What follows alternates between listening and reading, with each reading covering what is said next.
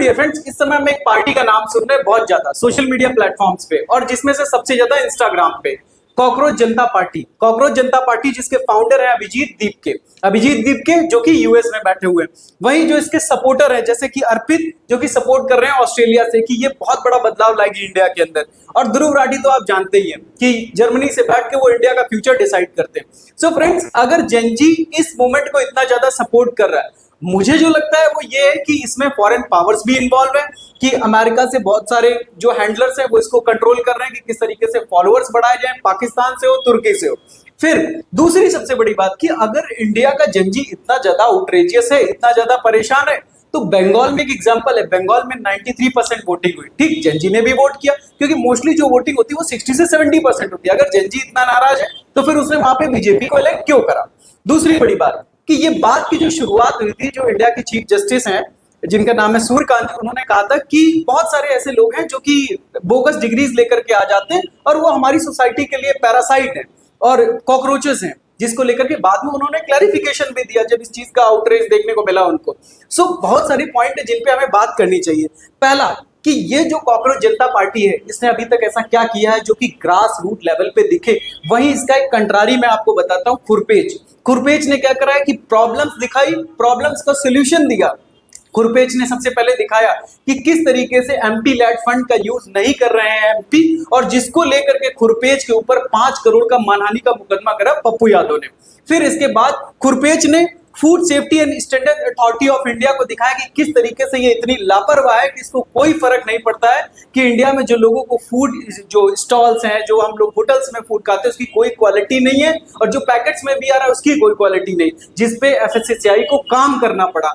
So friends, बैठ करके इन्होंने एक क्राइटेरिया बनाया था। क्राइटेरिया क्या बनाया था कि वो यूथ लेजी होना चाहिए और अनएम्प्लॉयड होना चाहिए। अनएम्प्लॉयमेंट बहुत बड़ी प्रॉब्लम है इंडिया की, लेकिन लेजी होना चाहिए इनके मेमोरेंडम में लिखा हुआ।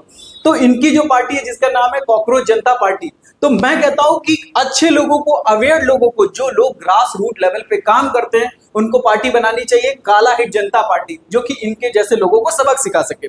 फिर कुछ पॉइंट हो जाते हैं कि आप सोशल मीडिया हैंडल पे आकर के कुछ भी वक्तव्य करते रहिए, उससे ग्रास रूट लेवल पे फर्क पड़ने वाला नहीं है।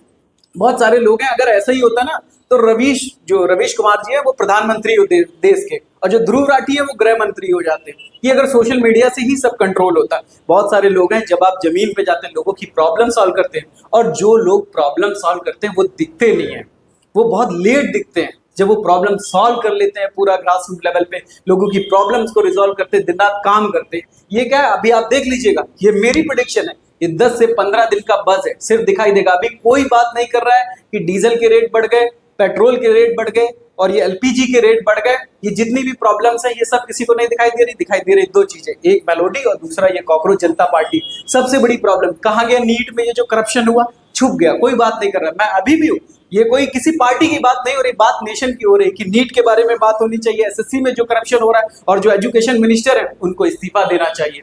पार्टी से बड़ा नेशन है, तो उसके बारे में हमें देखना चाहिए। फिर बात हुई कि जेनजी, ये जो कॉन्सेप्ट है ये यूएस का है। इंडिया का जो यूथ है ना वो ऑल टाइम अवेयर रहता है।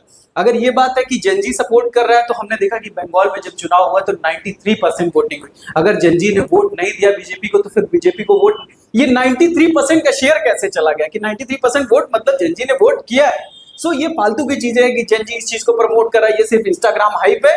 ये जो अभिजीत, इस बंदे का नाम है जिसने ये अभिजीत दीप के, जिसने ये इंस्टाग्राम अकाउंट बनाया, ये पैसा बनाएंगे। और वही मैं ध्रुव राठी के लिए भी बोलता हूँ कि विदेश से बैठ करके बकवास करना बहुत आसान है, इंडिया में आइए, ग्रास रूट लेवल पे लोगों की प्रॉब्लम रिजॉल्व करिए।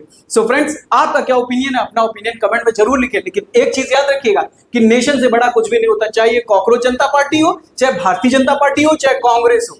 Nation first. कोई भी चीज अगर नेशन को हिट करती है मतलब वो हमारी सॉवरेंटी को हिट करती है। सो अपना ओपिनियन कमेंट में जरूर लिखें, और इस तरीके के एनालिसिस के लिए हमारे चैनल को सब्सक्राइब करें, वीडियोस को लाइक करें। Thank you. जय हिंद, नेशन फर्स्ट।